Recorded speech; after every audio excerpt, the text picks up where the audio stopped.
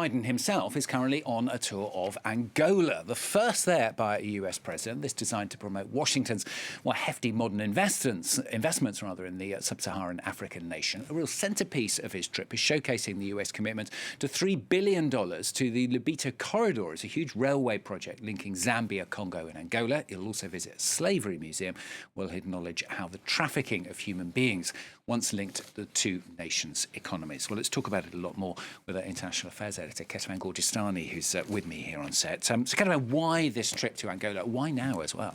Well, first of all, it is making good on a pledge that the U.S. president made back at the end of 2022 when he revived the U.S.-Africa summit. And there he said, I will make a trip to the African continent by the end of my term. But this trip has been postponed several times. There was talk about a trip to the African continent, not necessarily Angola. At the end of 2023, I had talked to several officials who had said, we're thinking last quarter of 2023. That didn't happen. Of course, there was also October 7th that distracted or took away the focus and put the focus on the Middle East. And then this Angola trip, when it was planned, was initially planned for October, but there was this massive hurricane with massive destruction in the U.S. And of course, the U.S. president decided against traveling outside of the country while this destruction was happening. So now that we have this trip to Angola, the focus is, of course, to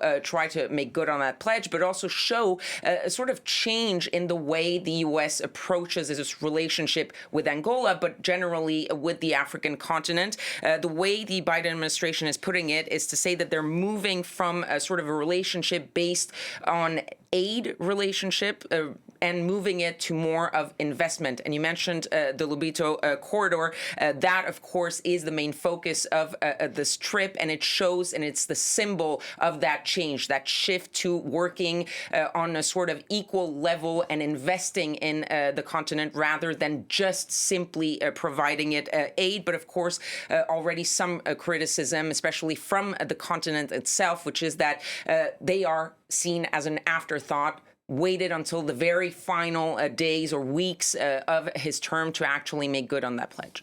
So more broadly, what can be said about Joe Biden's Africa policy over the last 4 years?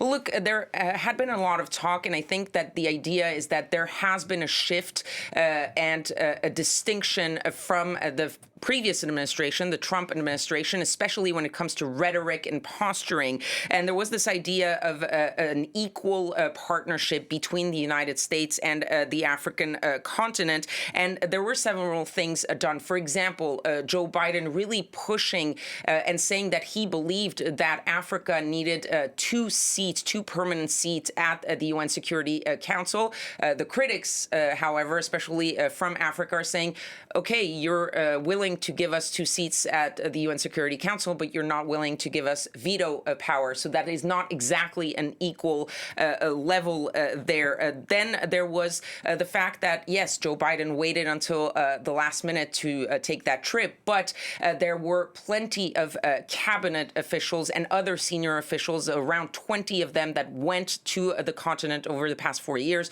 Tony Blinken, the Secretary of State, the Vice President Kamala Harris, the Secretary of Defense, of Treasury, all of that. So they did show interest in the African continent, but a lot of critics are saying that it was simply a change in the relation or the public appearance of the relation rather than actual policy changes. And you see that in the sense that you've seen, for example, only 3 African leaders that were invited over the past 4 years at the White House with Joe Biden, and just 1 trip to Africa. So a lot of people on the continent believing that there's not really enough being done. Crystal ball time. Donald Trump, of course, in a few weeks' time. What can we expect? Any change in the US-Africa relationship?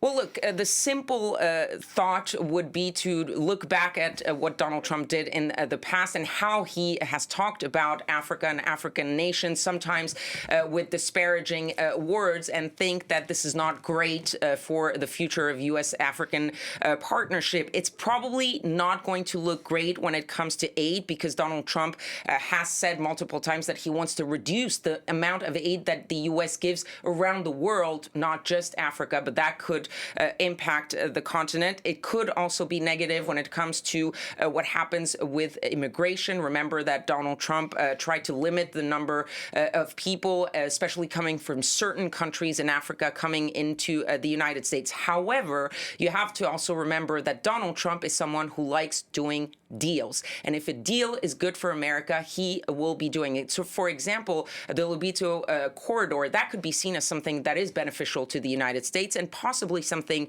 that Donald Trump will continue. That's at least the feeling within the Biden administration. An official a few days ago saying that they don't believe that some of these initiatives will be rolled back by Donald Trump because they believe that he sees possibly a benefit for the United States. And one main thing is very important when you think about how Donald Trump is going to be looking at the African continent is the competition with China. We know how much Donald Trump is focused on competing with China. We know how much China has invested in Africa, and it is likely that Donald Trump will see Africa as a playing field for that competition with China on the broader stage, and therefore that might be something that pushes him to continue along those lines of investing in Africa, not necessarily to help out the African continent, but to compete with China.